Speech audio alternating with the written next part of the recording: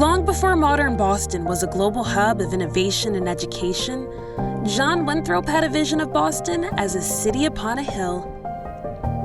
In 1630, he gave a sermon outlining the intent of the settlement in Boston to be an example of a Christian community.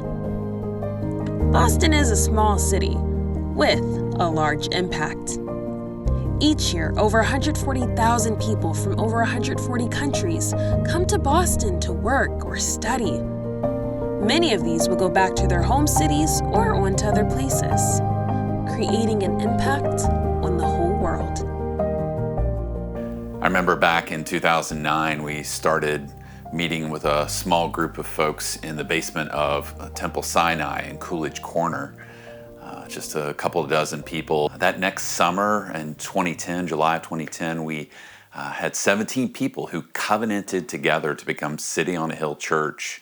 And then just a little over a month later, late August, we launched at Driscoll Elementary School, where we were putting down floor covers, drapes, chairs, stage, lighting, kid space, all of that. Community groups were launching. We had 2 and moved to 3 as we started on Sunday morning. And now there's, I think 14 and more on the way. We have been at City on a Hill since the beginning. We were actually there for the year before we started as an official church, when it was an evening service of Hope Fellowship Church. It was small, less than 50 people, no kids, and definitely more. There was like no stage, there was no... It was acoustic. Yeah. I remember, for me at least, just being drawn in by not only the community, but also just the messages and like the consistent preaching of the gospel every single week.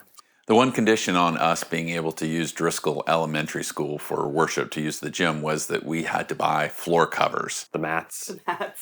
I think every person who lived through that time and is now enjoying Florida Rough and Ridley School is rejoicing that we will never have to see those floor covers again, by God's grace. Since the beginning, community groups have been the heartbeat of City on the Hill. We were joking. After our first visit, I went home to Chris and I said, I think we're going to have to join a community group if we're ever going to return to that church. I think the first person we met was took us right to the community group table, had us write down our names. The CGs were just a third of the church, kind of new people on Sundays, and then you interact with them during the week. It was great. I mean, it's exactly what you would hope for, like in a church and in like moving to Boston.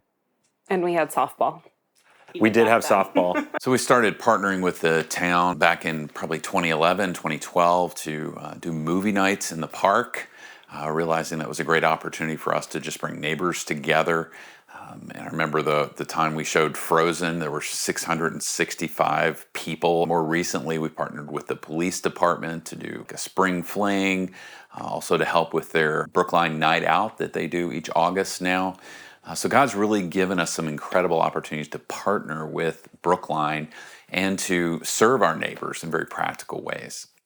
I think a big moment for the church was when Bland had his cardiac arrest. I remember that night we got together as a community group. It felt like in that room at that time, like that was church, happening as we prayed. We had both come for school and really thought we were headed back to Nashville area to be closer to family. And so when Chris graduated from school, we thought, well, we're out of here. And then as we got more into community, I thought, I think we could stay. We could stay a little longer. And I had always joked that I will not have babies in Boston. You just can't have children here.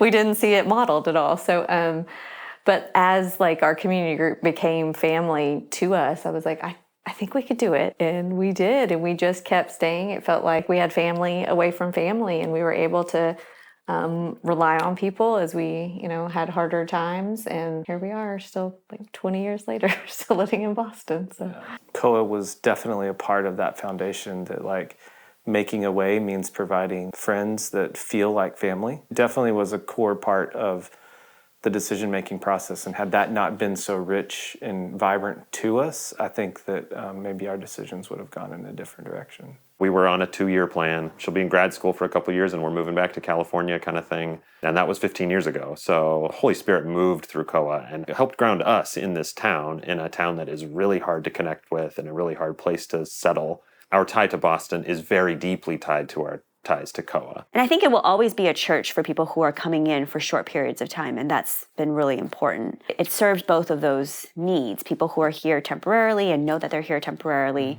to have a vibrant community that they can just plug into. But it's also increasingly a place where people want to, call this home for a long period of time and have a shared vision for what it means to live sacrificially in a city. As hard as it has been to say goodbye to really dear friends, and I remember so many goodbyes and tears and just emotions of, watching friends that we've walked with for such a long time and so closely leave, that, it's a reminder that this is not it and that we have eternity in the future to be together.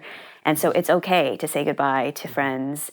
Just the size of the church has grown so tremendously. And that means that means basic staff. It was just Bland. There was no Mike, there was no Tyler, there was no Fletcher, there was no church plant.